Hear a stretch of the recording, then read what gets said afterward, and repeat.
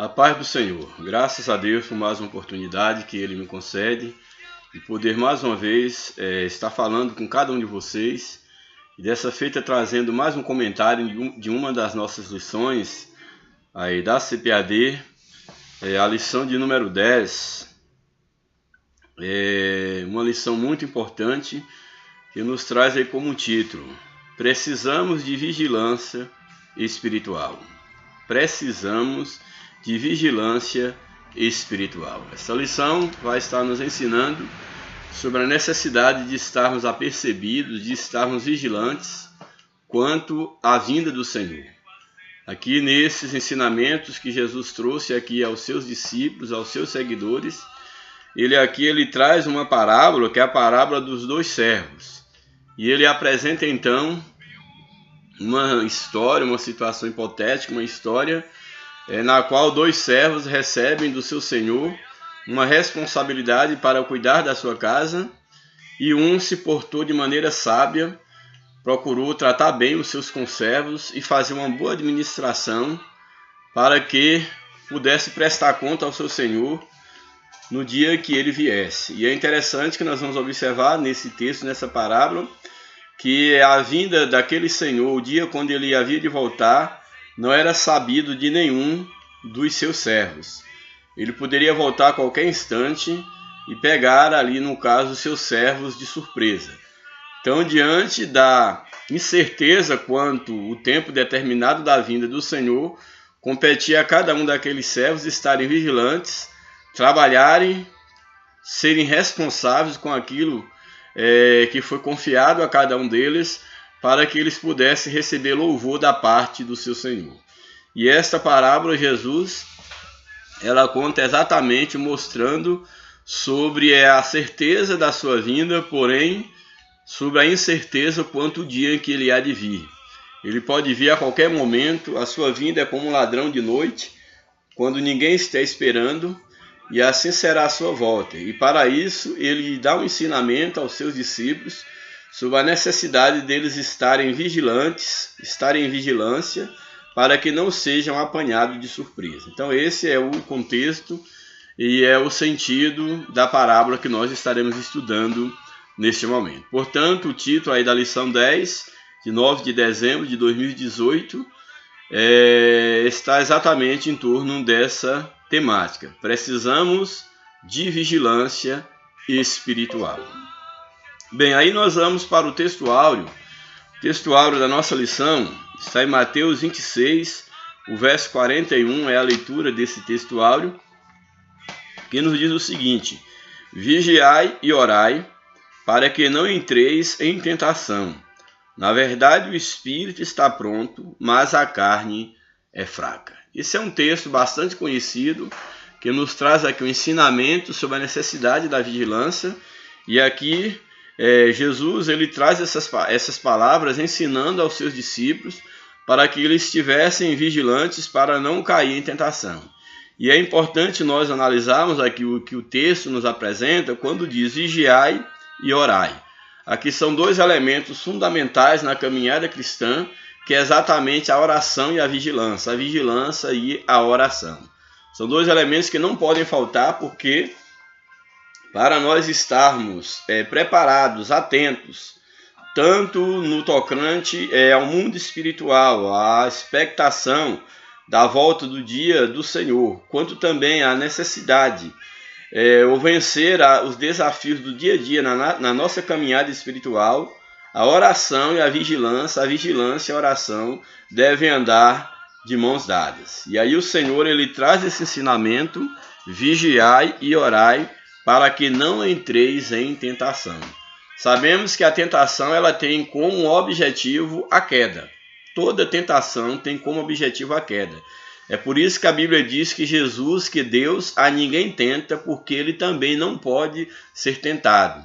Mas junto com a tentação, ele nos dá o escape, para que nós possamos escapar. E uma das formas de nós escaparmos da tentação é exatamente a vigilância e a oração. Daí esse ensinamento de Jesus: vigiai e orais para que não entreis em tentação. Por que a necessidade de vigiar e de orar? Ele vai dizer que, na verdade, ou seja, de fato, o espírito está pronto, mas a carne é fraca. Essa segunda parte do versículo, é possível fazer várias leituras dessa parte do versículo, mas eu quero ser restrito à definição dos termos para nós entendermos. Aqui nós temos que, na verdade, o espírito está pronto, mas a carne é fraca. Então, dois termos aqui são significativos, que é o termo espírito e o termo carne. Sabemos que na Bíblia, a parte imaterial do homem, às vezes ela é chamada de espírito e às vezes de alma. Então, nós sabemos, para aqueles que são tricotomistas, eles acreditam, no caso, na existência do espírito, da alma e do corpo, como três faculdades do ser humano. Para os que são dicotomistas, vai acreditar que existe a parte material, que é o corpo, e a parte espiritual, que seria aí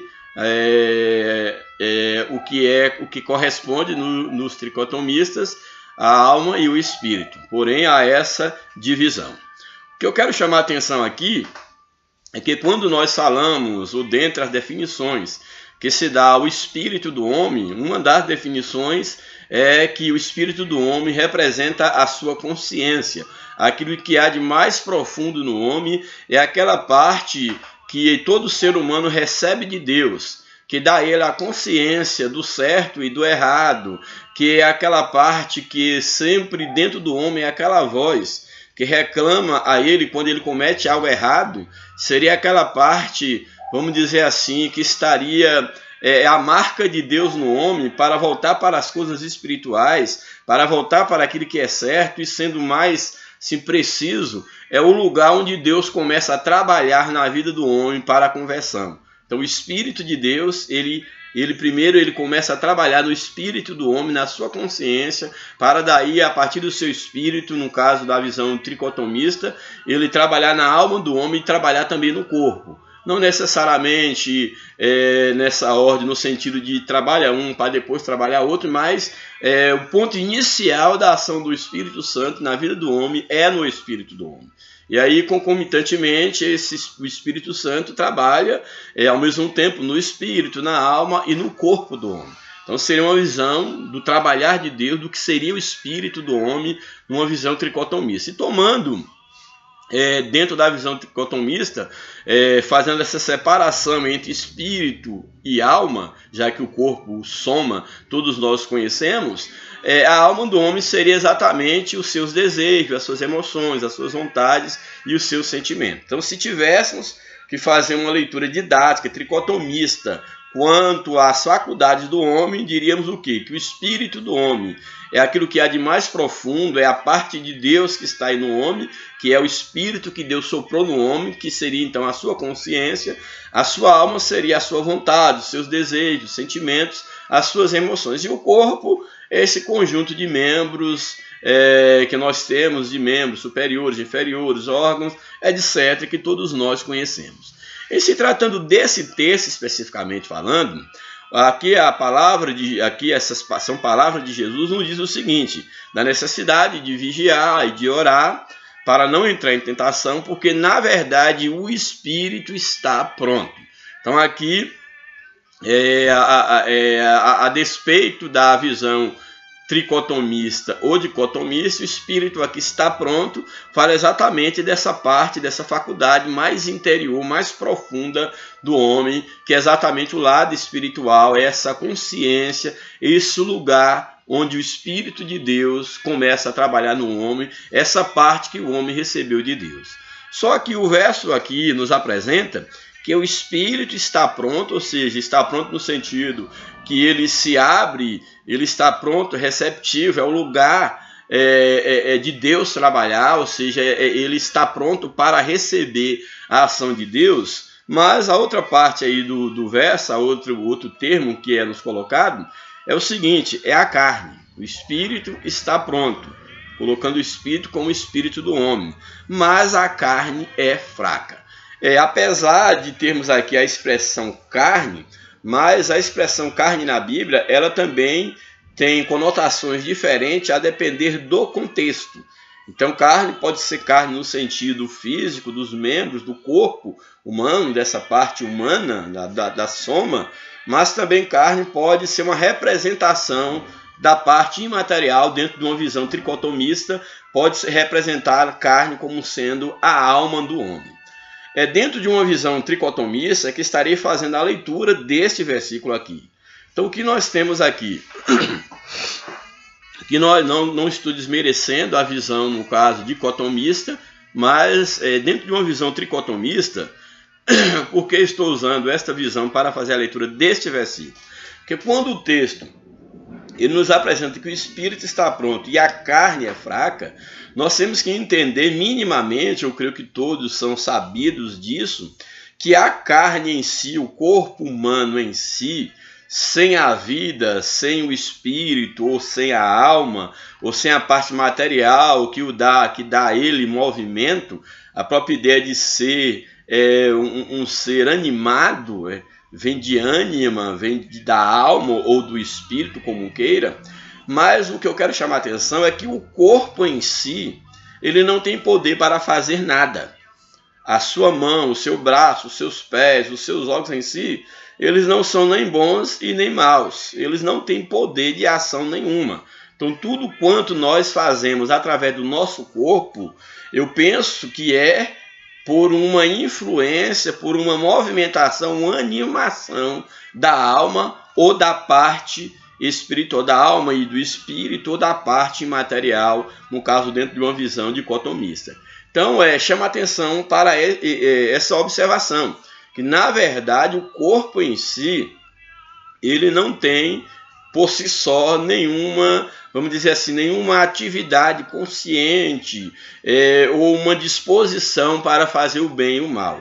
Então, nesse aspecto, quando o texto diz que a carne é fraca, eu não posso entender carne aqui no sentido de mão, de pé, de carne no sentido físico. Eu não posso entender nesse aspecto. Já que está falando aqui de algo no mundo espiritual, que é a ideia da oração, a ideia da vigilância, e mostrando por que se deve vigiar e orar, não é porque mostrando que o espírito está pronto, mas há um lado que está fraco, como se fosse essa carne. Mesmo porque nós sabemos que, tirando a parte material, ou o espírito e a alma do homem, essa carne simplesmente ela não tem nenhuma ânima, ela é a carne como qualquer uma carne, estando no açougue ou não. Então, a ideia aqui da carne ser fraca, eu penso dessa forma, ninguém é obrigado a concordar comigo, mas eu penso que está falando de uma outra força que há no ser humano.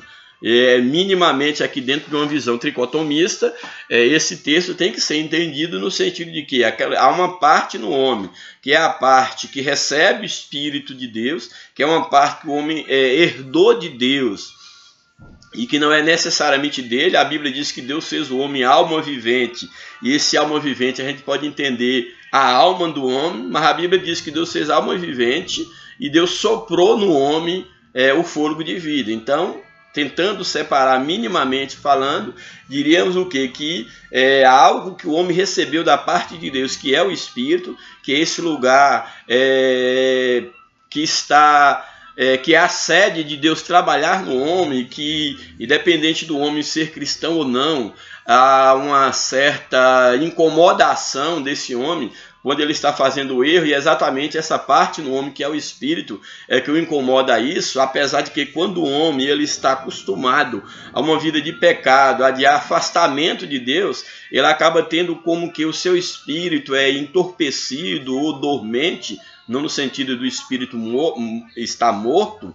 E então nós temos que entender, eu quero entender e creio dessa forma, que quando diz que o espírito está pronto, é esse lado, essa parte herdada por Deus, e a carne é fraca, a carne como sendo o sentido da alma, dentro de uma visão tricotomista. Por que a carne é fraca? Porque, como já falei, a carne em si, física, ela não tem poder nenhum, nem para o bem, nem para o mal, mas o mal que nós praticamos através do nosso corpo é exatamente uma manifestação de um desejo, de um sentimento, portanto, uma manifestação da nossa alma. Então, dentro desse contexto aqui, o que eu penso é que a Bíblia manda que devemos orar e vigiar, porque há algo dentro aqui, em se tratando do cristão, mais especificamente, porque está falando da oração e da vigilância, dentro de um contexto de alguém que já conhece a Deus, que já teme a Deus, que tem o seu espírito despertado para as coisas de Deus, mas ao mesmo tempo nos remete ao ensinamento de quê? Que mesmo sendo servo de Deus, e é um grande erro que muitos cometem, que pensam que pelo fato de terem tido um encontro com Jesus, que eles deixam de ser carnais no sentido espiritual, que deixam de ter sentimentos malignos, que deixam de ser propensos ao pecado.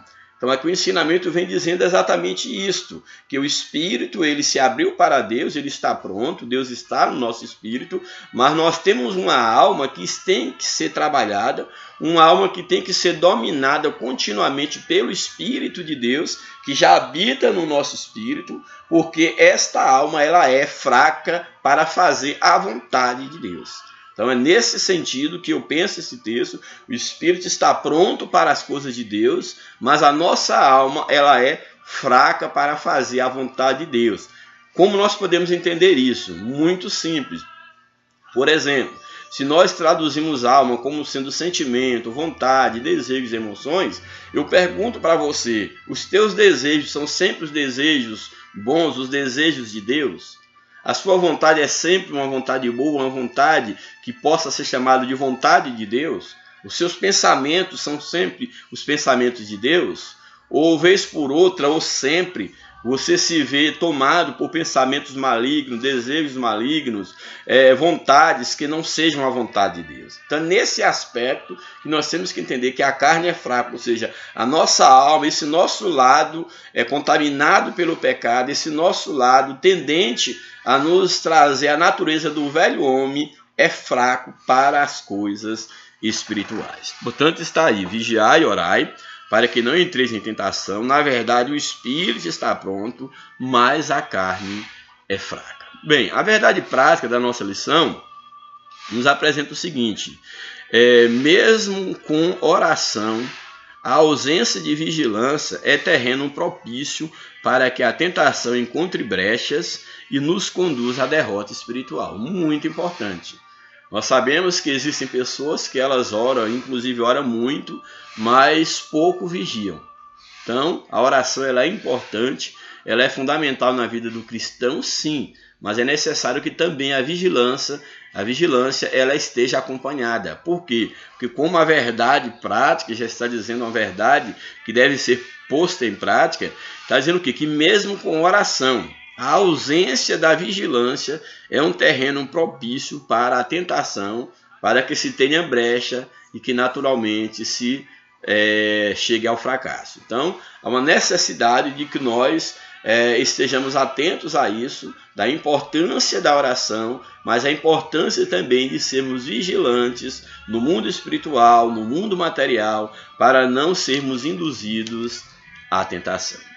Bem, a leitura bíblica em classe, ela está no livro de Mateus, capítulo 24, o verso 45 a 51. Mas antes de ler aí o verso 45 aí do capítulo 24 de Mateus, eu quero ler os dois versos anteriores, que eles são fundamentais para nós situarmos o contexto dessa parábola, o porquê Jesus contou essa parábola.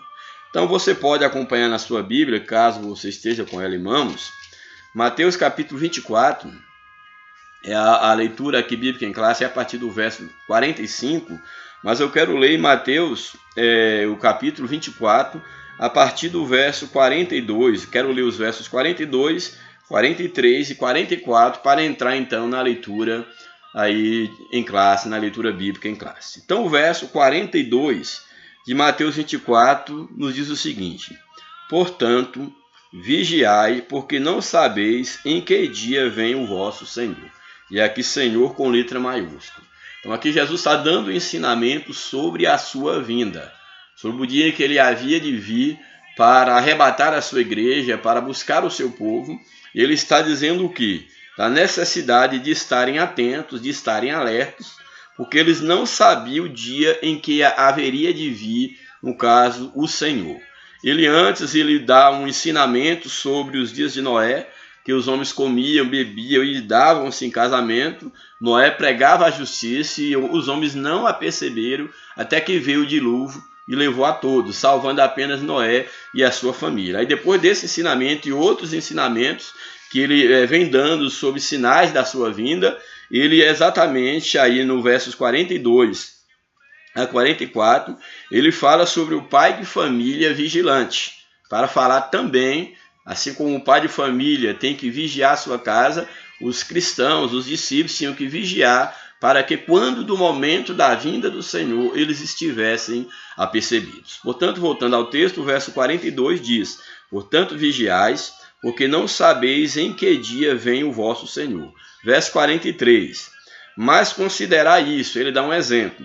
Se o pai de família soubesse a que hora viria o ladrão, vigiaria e não deixaria que fosse arrombada a sua casa. Ele dá um exemplo muito simples, prático, entendível, de que se um pai de família soubesse que dia, que hora um ladrão entraria na sua casa, ou estivesse para entrar na sua casa, ele iria vigiar a sua casa para não ser pego de surpresa, colocar segurança, reforçar a segurança para ele não ser surpreendido, porque ele já sabia o dia que o ladrão viria, então não seria surpresa. Então ele está dando aqui essa ilustração, mas considerar isto: se o pai de família soubesse a que hora viria o ladrão, vigiaria e não deixaria que fosse arrombada a sua casa.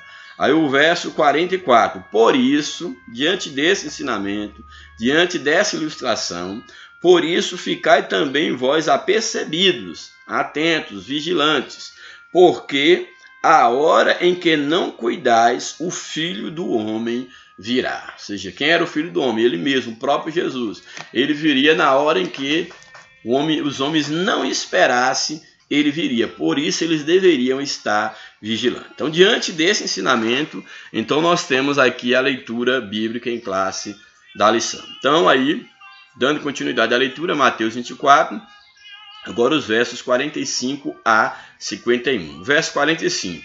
Quem é, pois, o servo fiel e prudente, que o Senhor constitui sobre a sua casa para dar o sustento a seu tempo?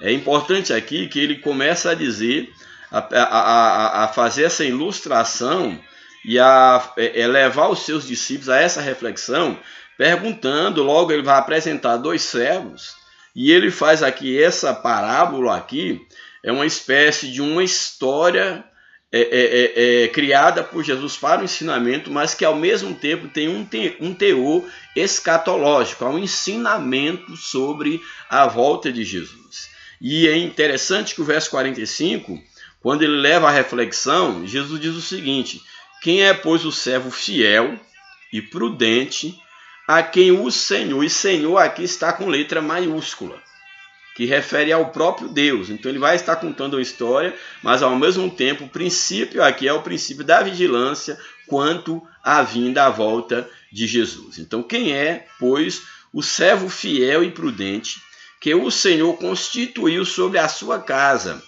para dar o sustento ao seu tempo. Aqui a possibilidade de várias leituras. Quem seriam esses servos fiéis? Seriam os próprios discípulos, aos quais Deus havia, por meio de Jesus, constituído sobre uma obra e que eles haveriam de prestar conta daquela mordomia. É uma leitura possível. Então o que nós temos aqui, o que a parábola que nos coloca, é perguntando qual é o servo fiel, qual é o servo prudente, que o Senhor, seja o Deus ou seja um Senhor humano, o constituindo sobre a sua casa para dar sustento ao seu tempo. Qual seria esse servo fiel? Porque aqui, esse verso está em forma de pergunta. Olha, quem é, pois, o servo fiel e prudente, que o Senhor constituiu sobre a sua casa para dar o sustento no tempo oportuno? Para dar o sustento em seu tempo. Ele está fazendo uma pergunta. Aí ele vai, o verso 46, e ele responde. Ou melhor, ele completa o sentido dizendo o seguinte: bem-aventurado, que já é uma resposta ao que ele perguntou, bem-aventurado, ou seja, fiel, esse servo fiel e prudente, que será feliz, que será bem-aventurado, é aquele servo que o Senhor, quando vier, achar servindo assim como? fazendo a vontade do seu Senhor. Porque ele, no verso anterior, ele diz o seguinte, que o seu Senhor o colocou para poder o constituir sobre a sua casa, para ele dar o sustento ao seu tempo, dar o mantimento, sustentar, cuidar da casa, das finanças, manter a casa. Ele foi constituído para isso. Aí está o verso 46, está dizendo o quê? Que bem-aventurado, feliz é aquele servo, quando o seu Senhor voltar, achá-lo fazendo aquilo para o qual ele foi constituído, que é cuidar da casa do seu Senhor. E no mundo espiritual, bem-aventurado aquele que, quando o Senhor voltar, achar fazendo a vontade de Deus estabelecida para aqueles que o servem. É esse o sentido do texto. Aí no verso de número 47, ele já está idealizando uma parábola e já está trazendo um ensinamento também escatológico espiritual para, no caso, aí os seus seguidores. Portanto, aí verso 46, retomando, bem-aventurado aquele servo que o Senhor, quando vier, achar servindo assim. Aí o verso 47, em verdade vos digo que o porá, aí já está falando desse primeiro servo, desse que for fiel.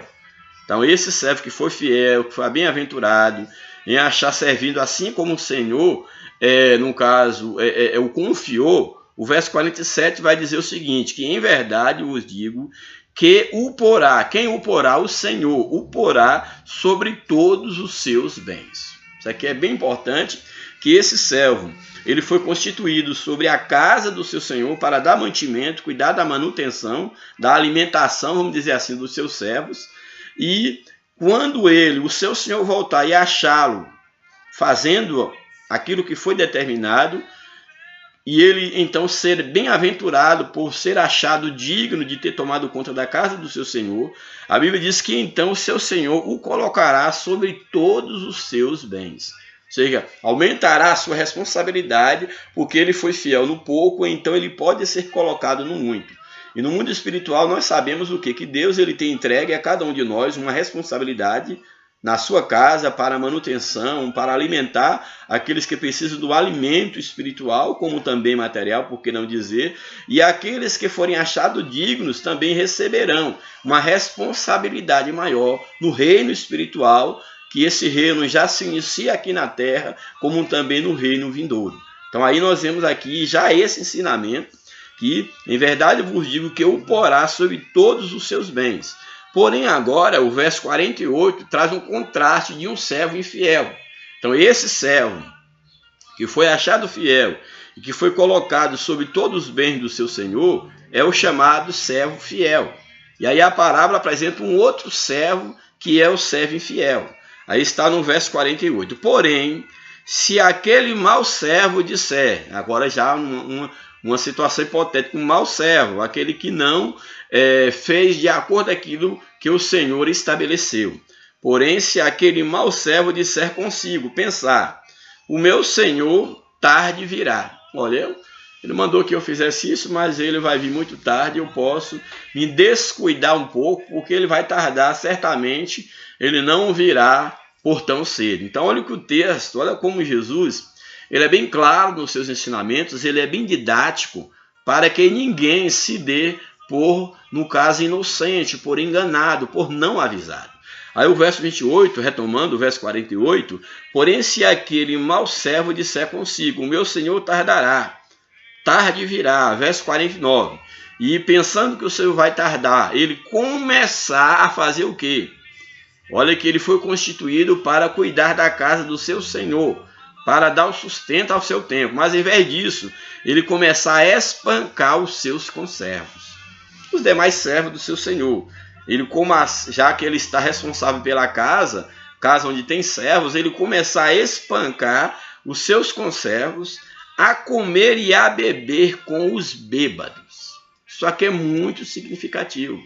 É alguém que recebe uma responsabilidade de cuidar da casa, de ser um modelo, de ser um exemplo, de suprir as necessidades da casa do seu Senhor, mas de repente ele começa a abusar da autoridade, ele ignora a brevidade, ou o momento, a surpresa da vinda do seu Senhor, e ele começa então a espancar os seus conservos, ou seja, aqueles que são servos igualmente a ele. Só que ele está numa posição de responsabilidade sobre os demais servos, sobre a casa do seu senhor. Então ele começa a espancar os seus conservos, começa a comer, a festejar e a beber com os bêbados, a fazer farra e descuidar da casa do seu senhor, não cuidar da casa do seu senhor. Aí diz o verso de número 50, virá o senhor daquele servo num dia em que ele não espera, porque como eu falei a princípio, ele não sabe quando aquele senhor há de vir. Então virá o senhor daquele servo num dia em que ele não espera e a hora em que ele não sabe. Então isso aqui também retratando no mundo espiritual, nós temos recebido da parte de Deus uma missão e Deus ele há de vir, ou a própria vinda de Jesus, o arrebatamento da igreja, ele se dará numa hora que nós não sabemos, que nós, ainda que estejamos esperando, nós não sabemos, não podemos marcar o dia e nem a hora, e muitos hão de ser pegos de surpresa, porque muitos que foram chamados por Deus para alimentar os outros, para cuidar da casa de Deus, aproveita do seu papel, da sua função, para estar espancando os demais. Isso aqui é muito sério, principalmente para você que é obreiro, você que é pastor, você que exerce algum tipo de liderança. O Senhor confiou aos teus cuidados o cuidado da sua casa, do seu povo, do seu rebanho. E você deve cuidar bem do rebanho do Senhor. Você deve cuidar bem da casa do seu Senhor, dos seus conservos, porque eles não são teus. A casa não é tua. A obra não é tua. E a Bíblia diz que aquele que cuidar bem da casa do Senhor será colocado em lugar de honra, mas aquele que começar a espancar os seus conservos, como muitos têm feito, quantas almas feridas, exatamente porque aqueles que exercem algum tipo de liderança as têm espancado, as têm explorado. Então começar a espancar, a comer, a viver em torno dessa vida, a se encher aqui, comer e beber com os bêbados, fala de tudo aquilo que enche a alma do homem, das coisas materiais, da vanglória, quem sabe uma boa posição, uma posição de prestígio. E muitos, infelizmente, têm abandonado o propósito do chamado de Deus para pastorear, para administrar a casa de Deus, e têm corrido atrás, gananciosamente atrás do vil metal que perece, da posição política, social, de dinheiro, de bens, de uma vida fácil, e tem negligenciado a casa do seu Senhor. Então o texto aqui diz que aquele que, quando o Senhor vier, estiver assim, ele será pego de surpresa. E o que é o Senhor deste homem, e no caso desse servo no mundo espiritual, o que o Senhor fará? O verso de número 51, separá-lo-á, ou seja, o afastará da sua casa. A ideia aqui de separar é o afastar da mordomia, o afastar da sua casa, separá-lo-á e destinará a sua parte, ou seja, o que cabe a ele, a sua parte com os hipócritas, ou seja, os falsos, os fingidos, aqueles que não honraram aquilo no qual foi colocado. A sua parte será com os hipócritas, e ali haverá pranto e ranger de dentes. Aqui o verso de número 51 nos mostra de fato qual é o princípio, qual é o caráter da parábola, que é exatamente em relação à vigilância, porque o verso 51 ele já é totalmente escatológico, ele fala exatamente da ideia de um castigo eterno. Aqui é uma menção dentro da nossa linguagem portuguesa ao inferno, onde muitos serão lançados, ou mais especificamente o lago de fogo. Porque a Bíblia diz que a morte, o próprio inferno, será lançado no lago de fogo, juntamente com Satanás, o anticristo, o falso profeta e todos aqueles que se esquecem de Deus. Então o texto está dizendo aqui que, já ganhando aqui um teor mais espiritual, escatológico, que Deus ele há de separar aquele servo infiel, tomar a sua mordomia, há de separá-lo e o destinará para estar com os hipócritas. E ali haverá pranto e ranger de dente. O pranto fala do sofrimento, fala do choro, e não é um choro qualquer, é uma angústia tão profunda a ponto de ranger, de ranger os dentes de tanto sofrimento. Esse é o sentido da parábola que nós temos aqui, mostrando a necessidade de vigilância, porque é fiel aquele que nos prometeu, e aquele que prometeu, ele há de vir, ele virá e não tardará.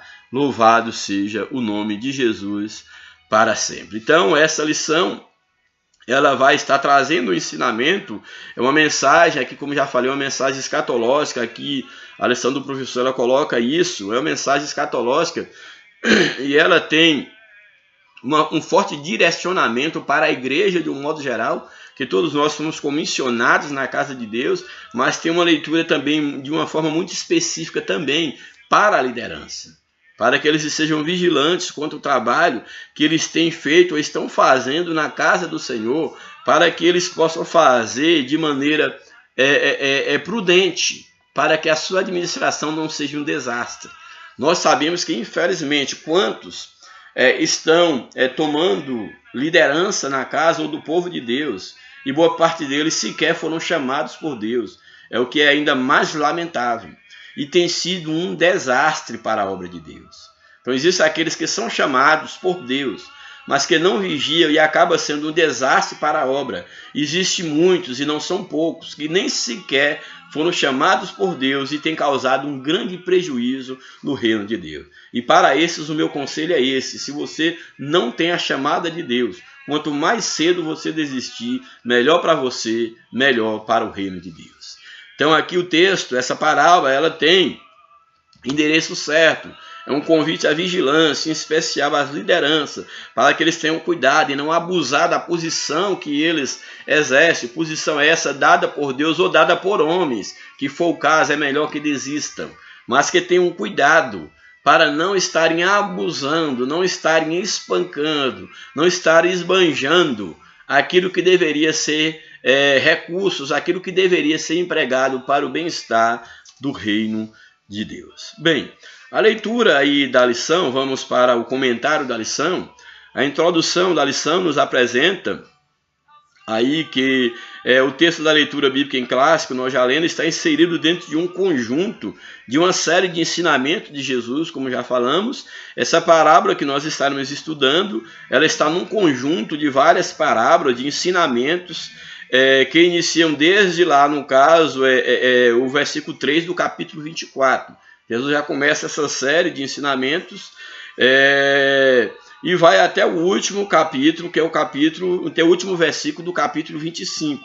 E Jesus ele está trazendo, como já falei, um ensinamento escatológico para os seus discípulos, falando sobre uma mensagem, falando sobre os princípios das dores, dentro daquele contexto maior do capítulo 24 até parte do 25, falando desse contexto escatológico, sobre os princípios das dores, ensinando os seus discípulos sobre as perseguições, sobre falsos profetas, que o amor de muitos esfriaria, a apostasia. Eram vários ensinamentos, e ele segue falando também da grande tribulação, de sofrimentos que havia de vir sobre a igreja, e tudo isso é mencionado nesse contexto do capítulo 24 e 25, e aqui Jesus, mais especificamente dentro desse texto do comentário da lição, da leitura bíblica em classe, ele está falando sobre a vigilância quanto ou diante da realidade, da expectativa da vinda do Senhor. Bem, aí o primeiro tópico da lição, temos aí o tópico número 1, interpretação da parábola dos dois servos. Nós já fizemos isso, mas vou estar retomando alguma coisa que porventura a lição aqui vem acrescentar. Primeiro subtópico da lição, o servo bom e fiel. A parábola é contada tendo como base uma comparação entre o comportamento de dois servos. Aí um servo mau e um servo bom e fiel. Então aqui esse primeiro subtópico vai falar do servo bom e fiel. O primeiro, que era o servo fiel e prudente, foi confiado uma posição superior. Ele esforça-se para realizar zelosamente a tarefa recebida. Porém, ele sabe que não é administrador geral da casa, mas é apenas um dispenseiro. Então esse servo, ele sabe a sua função específica, ele não é o dono da casa, ele ainda não é um administrador geral, mas ele foi estabelecido para cuidar da manutenção, da alimentação, da manutenção de uma parte específica da casa do seu senhor. No entanto, por ser um servo fiel e prudente, ele agora tem a oportunidade de demonstrar na prática se realmente é sábio, pois o seu senhor o premia, promovendo-o a administrador de todos os seus bens. Então nós vimos aqui que esse servo, que tinha uma responsabilidade limitada, ele foi fiel na sua responsabilidade e agora o seu senhor o promovia para que ele tivesse agora a oportunidade de mostrar a sua liderança, de mostrar a sua mordomia sobre todos os bens do seu senhor, cumprindo aquilo que a Bíblia diz, que aquele que é fiel no pouco, sobre o muito ele será colocado. Então tem sido você fiel no pouco que Deus tem entregado nas suas mãos, para que você possa governar sobre muito, ou quem sabe você almeja ou já está almejando governar sobre muito, quando nem sobre o pouco que Deus te confiou você consegue ser fiel. Pense nisso. Então esse foi o primeiro servo apresentado, que foi o servo bom e fiel. Ele foi fiel naquele pouco e ele foi colocado sobre toda a casa do seu senhor devido à sua fidelidade. Aí o segundo subtópico nos apresenta o servo mau, o mau servo. A parábola não ilustra somente o perfil do servo fiel e prudente, pois mostra quão antiético um servo pode ser quando colocado em uma posição superior ao dos seus serviçais durante a ausência do seu senhor. Mostra o quanto de prejuízo, o quanto antiético é entregar a responsabilidade de uma pessoa que ela não é fiel, que ela não tem prudência, que foi o que aconteceu com esse segundo servo, o servo mau. Ele se achou dono do poder, se achou mais do que o seu próprio senhor. E ele começa então a espancar, a maltratar os seus conservos e a viver de farra, e não cuida da responsabilidade para a qual ele foi designado. Então, conforme a narrativa, o segundo servo recém-promovido, agindo de forma antiética, preferiu agir como um tirano em casa alheia, porque a casa não era dele, prevalecendo da momentânea posição e entregando-se à devassidão, age irresponsavelmente, contando com a demora do seu senhor. Esse mau servo, ele age de maneira errônea, ele age de maneira irresponsável e ele contava com a demora do seu senhor para ele poder, no caso, agir da forma como ele estava agindo. Ele parece pensar que o seu senhor se atrasará, por isso começa a prevalecer-se. Isso aqui é muito importante. Ele começa a prevalecer-se e resolve se divertir, maltratando seus conservos, amigos de trabalho. Agindo assim, ele revela seu verdadeiro caráter. Isso mostra-se maligno. Então aqui ele revela de fato que ele era indigno, que ele não tinha condição, que ele não tinha capacidade, que ele não honrava o seu senhor. E nós sabemos, há um adágio popular bastante conhecido, de que nós conhecemos uma pessoa quando lhe é entregue poder. E foi o caso desse servo. Quando ele teve o mínimo de poder nas mãos, ele se mostrou uma pessoa maligna. E quantos, infelizmente, têm recebido alguma responsabilidade no reino de Deus ou na casa de Deus e têm se mostrado realmente com um caráter maligno, como alguém indigno e tem trazido prejuízo para o reino de Deus. Então pense no seu trabalho, como você tem sido, que tipo de servo você tem sido na casa do Senhor, um bom servo ou um mau servo, porque no tempo certo Deus há de te chamar a responsabilidade, a prestação de conta.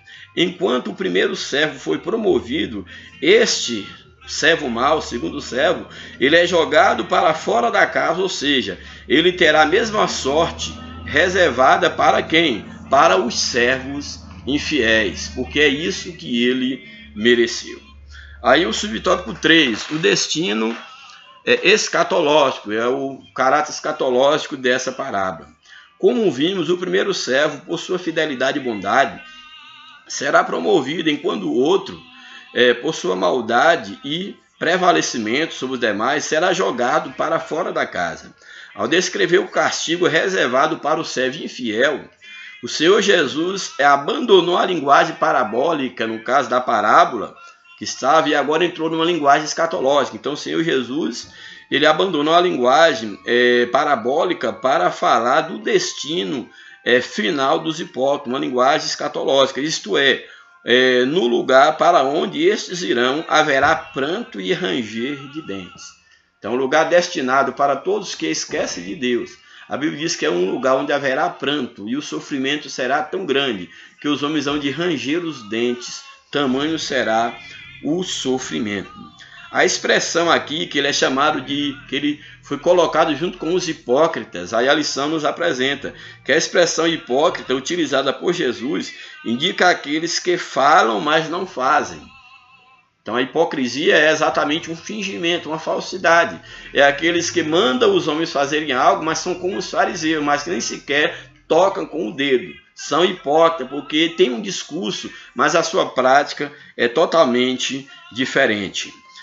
Então indica aqueles que falam, mas não fazem, mas para se mostrarem perante os outros, observam apenas a forma superficial e exterior da lei de Deus, porém sequer se aproximando do seu cumprimento pleno e genuíno, pois isso só pode ser feito por aqueles que têm um coração sincero e dedicado a Deus. Servir a Deus é algo que não é que seja fácil, é algo que se torna prático, que se torna possível para aqueles que já têm um coração dominado pela presença de Deus. Do contrário, não passará de um discurso, de algo idealizado, mas que na prática não se percebe na vida daqueles que são infiéis. Então os hipócritas, porém, eles não estão preocupados, isso aqui é muito interessante, os hipócritas não estão preocupados em apenas...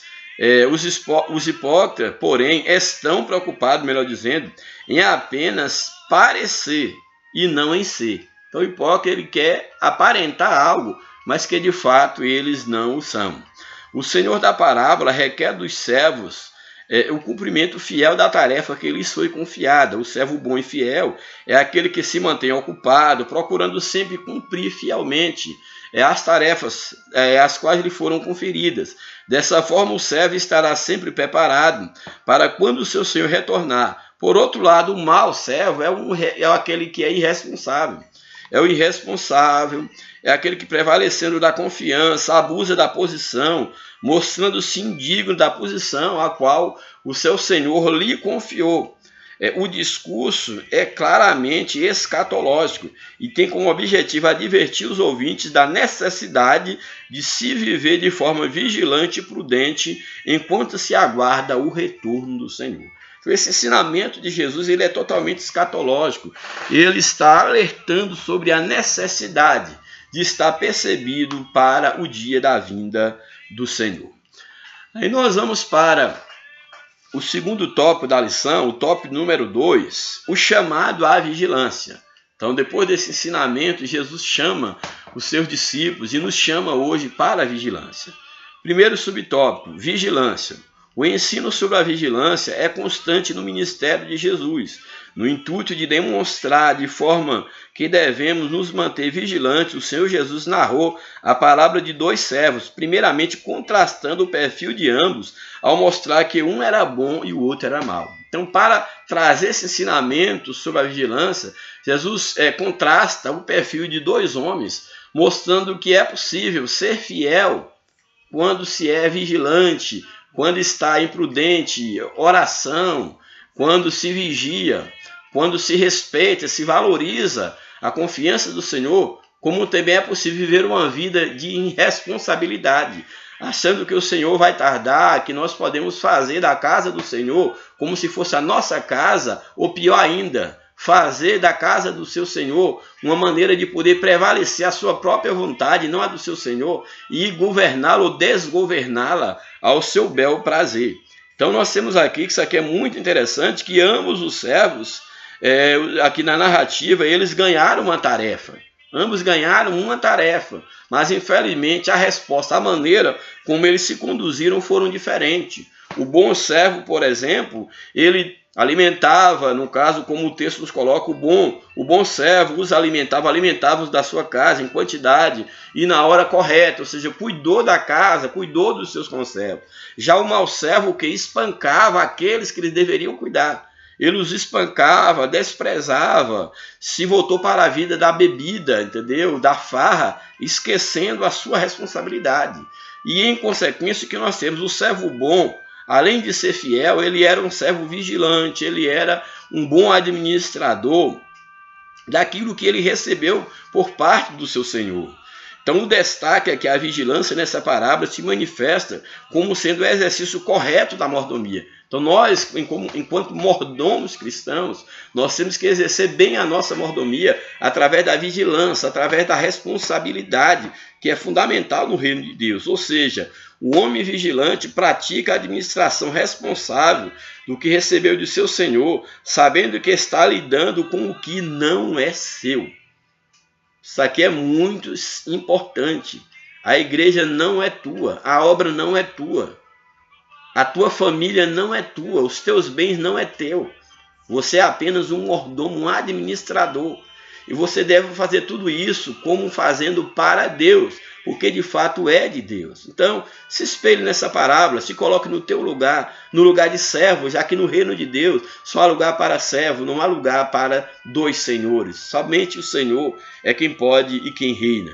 Então ele teve esse cuidado de administrar bem a sua mordomia, sabendo que aquilo não era seu e que brevemente ele teria que prestar conta. Essa era a consciência do bom servo. O mesmo princípio é rememorado no apóstolo Paulo, quando aí em 1 Coríntios 4, 1 e 2 diz que os homens nos considerem como ministros de Cristo e dispenseiros dos mistérios de Deus. Além disso, requer que os dispenseiros, que cada um seja achado fiel diante de Deus. É um ensinamento de Paulo, que aqueles que foram chamados para o ministério, que eles sejam achados fiéis diante de Deus, correspondendo naquilo para o qual o seu Senhor o confiou.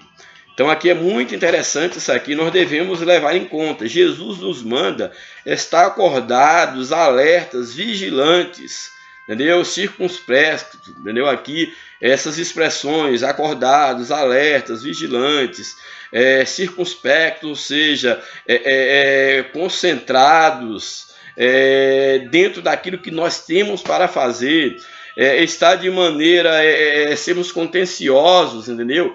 Não sermos extravagantes, mas sermos moderados, alertas, estarmos atentos. Exatamente por quê? Porque disso nós precisamos. Nós precisamos disso para nós estarmos achados dignos, ou sermos achados dignos diante do Senhor. Então você deve ter cuidado. Esses adjetivos não podem faltar na vida do bom obreiro.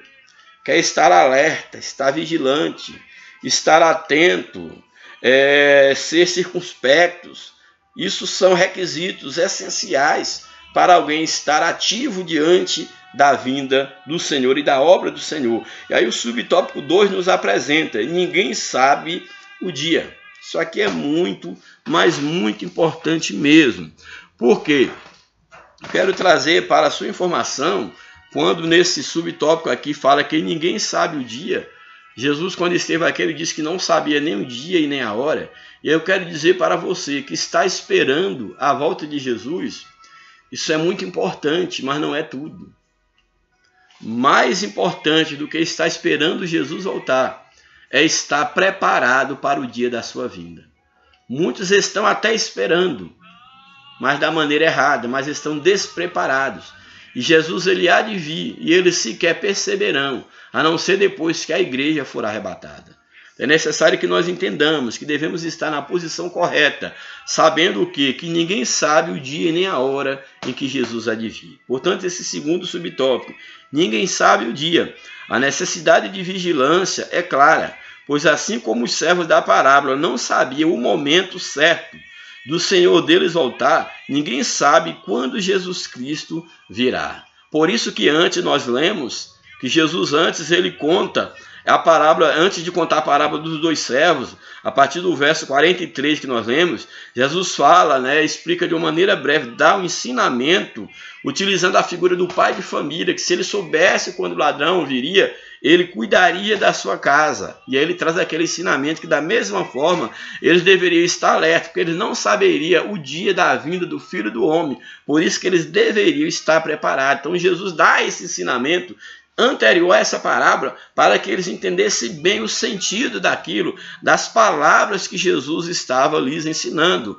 Como eles deveriam estar atentos, já que eles não sabiam a hora quando Jesus havia de vir, para que eles não fossem pegados despreparados, mas que eles estivessem sempre preparados. Então isso é fundamental, pois estar preparado a qualquer momento para a volta de Cristo é a parte da responsabilidade básica de todo discípulo de Jesus. Ele tem como responsabilidade básica estar preparado para este grande dia. Então devemos fazer exatamente o que o servo fiel e prudente da parábola fez, pois quando Cristo voltar, seremos felizes se ele nos achar servindo assim, ou seja, fazendo a sua vontade. Não podemos nos esquecer que, assim como retratado pelo Senhor Jesus Cristo na parábola, o dia do Senhor virá como o ladrão de noite. Daí a necessidade da vigilância.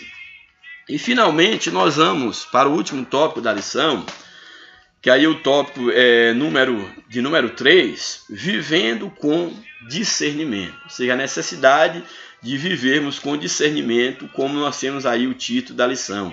Precisamos de vigilância espiritual. Precisamos de discernimento. Então, vivendo com discernimento. Primeiro subtópico, vida dissoluta. Aí nós vamos aqui, vai nos mostrar pessoas que vivem numa vida sem discernimento, uma vida dissoluta, e aqueles que vivem uma vida santa, que administra bem os bens do seu Senhor. Vida dissoluta. O versículo 49 chama a atenção para a falta de prudência de alguém que começou a conduzir a sua vida de maneira dissoluta, irresponsável. Infelizmente, a postura do servo infiel de escapar dos conservos, isso aqui é muito interessante, espancar, melhor dizendo, olha. Infelizmente, a postura do servo infiel de espancar os conservos, além de comer e beber com os bêbados, revela um desejo que precisava apenas de uma oportunidade para se manifestar. Ou seja, era algo que já estava no seu coração. No primeiro momento, quando ele teve a oportunidade de manifestar ele seu desejo, de espancar o seu servo, de ser um beberrão, de ser um dissoluto, ter uma vida dissoluta, na primeira oportunidade ele fez. E é o que infelizmente muitos têm feito.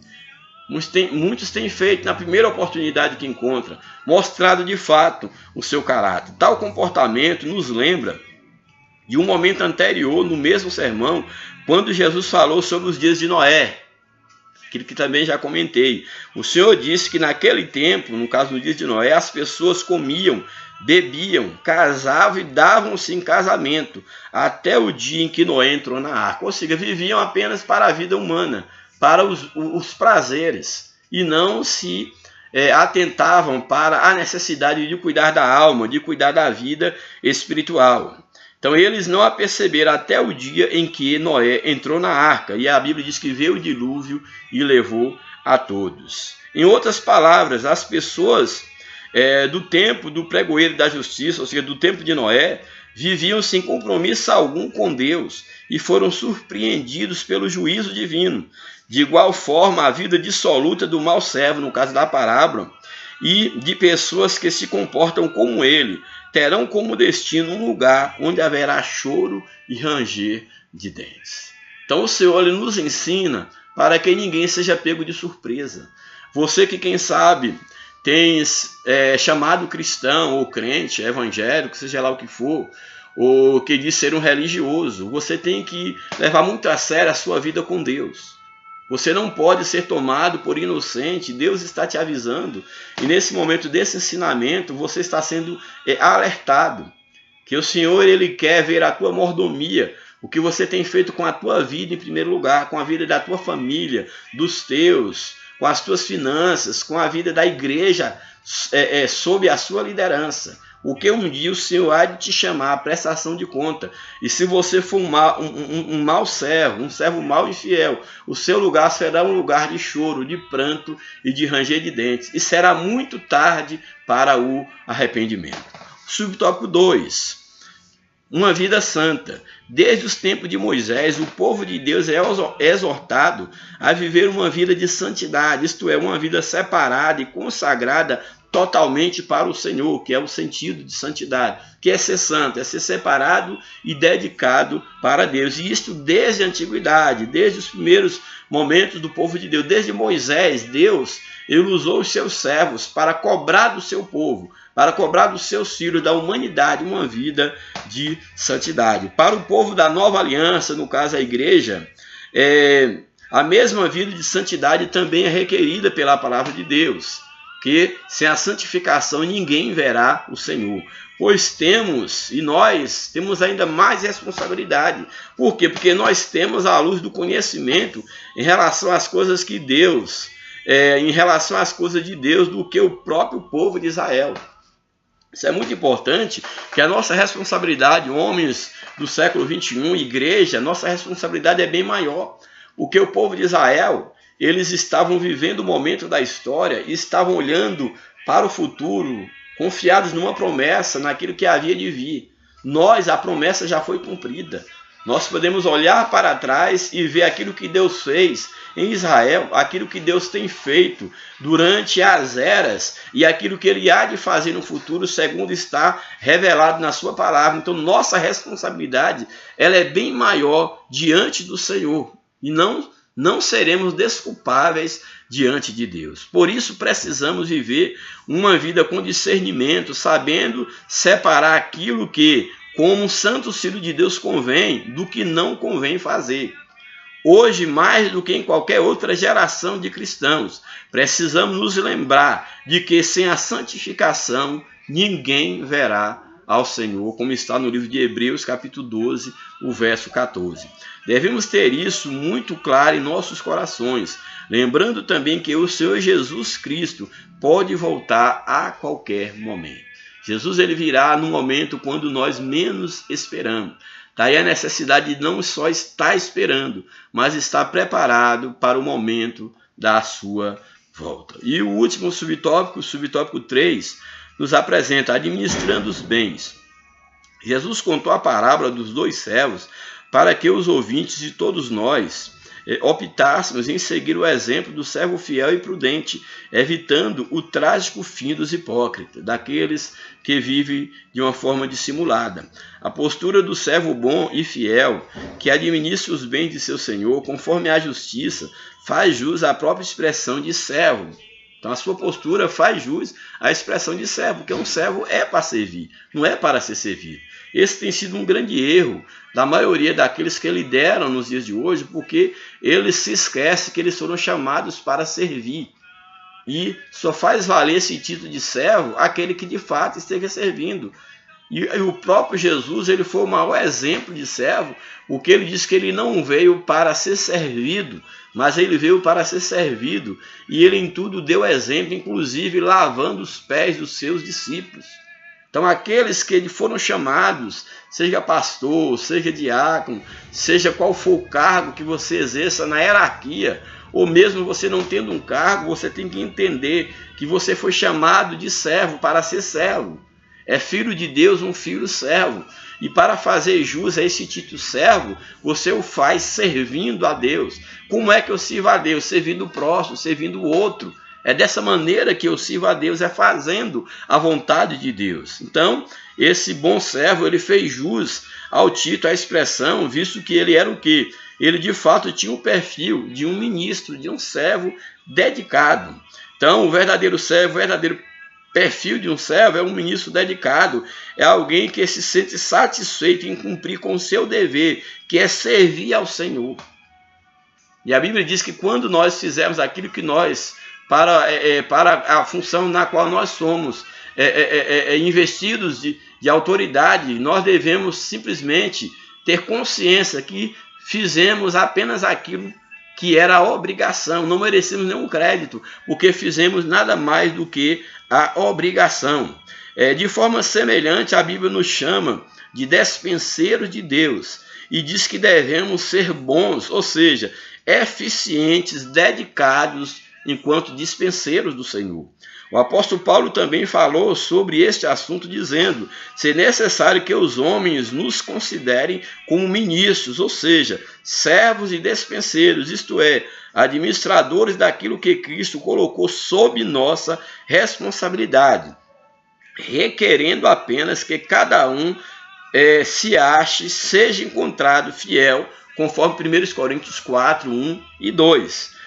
Portanto, mais que a fidelidade e a prudência, o Senhor requer de nós que sejamos bons, além de fiel, prudente, que dentro dessa fidelidade, dessa prudência, que nós sejamos bons, fiéis administradores daquilo que não é nosso, daquilo que pertence ao Senhor.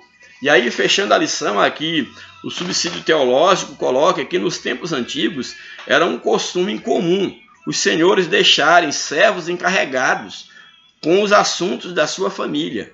Era comum que servos fossem colocados a encargo dos assuntos da família. E no sentido do reino de Deus, Jesus delegou isso aos seus discípulos e também à sua igreja, que somos nós. Então nós somos responsáveis exatamente em cuidar, dos deveres da casa do Senhor, do reino, do crescimento do reino de Deus aqui na terra. E é necessário que nós estejamos conscientes e integrados, porque nós não sabemos quando há de vir o nosso Senhor para a prestação de contas. Aí a conclusão da nossa lição nos apresenta: há pessoas que estão se conduzindo de modo dissoluto e fazendo mau uso dos bens que o Senhor deixou em suas mãos, seja a sua saúde, seja o seu trabalho, a sua inteligência, o seu dom, a sua tarefa, seja, no caso, o ministério, a igreja, a família, seja qual for o dom, o talento, a responsabilidade que Deus te deu. Então, muitos, infelizmente, estão conduzindo de forma dissoluta, fazendo mau uso da responsabilidade daquilo que Deus colocou sob a sua mão ou sob a sua responsabilidade. São maus servos, correm o risco de serem pegos de surpresa e acabarem lançados nas trevas exteriores, onde haverá choro e ranger de dentes. Por outro lado, o servo vigilante está preparado para a vinda de Jesus. Ele não apenas está vigilante, como prega sobre a vinda de Jesus, pois como um bom ministro e dispenseiro sabe que é seu dever anunciar a vinda de Cristo. Ele cuida da sua vida, mas leva outros também a terem cuidado das suas vidas. O vigilante guarda o que tem, exercitando, colocando em prática os seus talentos. Ele administra com fidelidade os bens de seu Senhor, sabendo que um dia será promovido às mansões celestiais. É como a Bíblia diz: aquele que é fiel no pouco, sobre o muito será colocado. Então você tem que ser fiel naquilo que Deus ele te confiou nesta vida, para que um dia você possa adentrar as mansões celestiais. Então que Deus nos abençoe, que Deus abençoe a sua vida, a vida da sua família, de uma maneira poderosa, e que você possa aprender a cada dia que você precisa da vigilância espiritual para estar diante de Deus como um obreiro aprovado, como alguém que não tem de que se envergonhar e que não será pego de surpresa, porque certamente aquele que prometeu, ele virá e não tardará. Que Deus abençoe, um grande abraço, um abraço a você e a toda a sua família, e a paz do Senhor. Ore por nós e até a próxima, em nome de Jesus.